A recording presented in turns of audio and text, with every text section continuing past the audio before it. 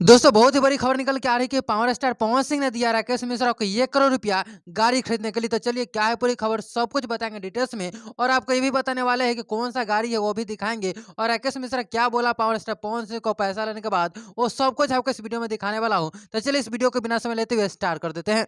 जैसा कि दोस्तों मैं आपको बता दूं इस वीडियो के माध्यम से कि राकेश मिश्रा जो कि भोजपुरी का बहुत बड़े सिंगर है, सुपरस्टार है, उन्होंने हाल ही में एक गाड़ी लिया है। और कौन सा गाड़ी लिया वो भी मैं आपको इस वीडियो में दिखाने वाला हूँ।